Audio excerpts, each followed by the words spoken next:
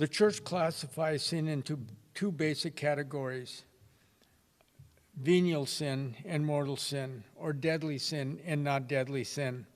Venial sin is an offense against God which does not deprive the sinner of sanctifying grace.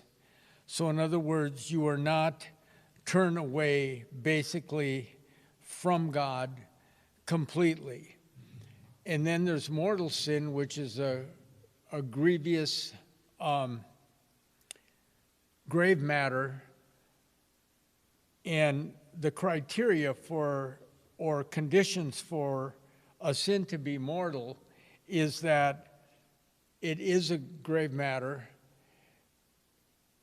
You give full consent.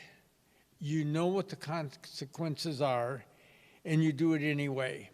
And so it would be like, we could use a lot of examples. It could be like adultery. I mean, you know the sinful nature of man, and he's married, and he goes with someone else, breaks the bond of marriage there. He is aware of that. He has knowledge of what that is, and full consent, he does it anyway. That would be an example of mortal sin. It's probably the best part of delineating between sin and not sin is in Galatians 5. Paul talks about the works of the flesh and the works of the Spirit. And the flesh is impurity, jealousy, sloth, anger, envy, drunkenness, carousing.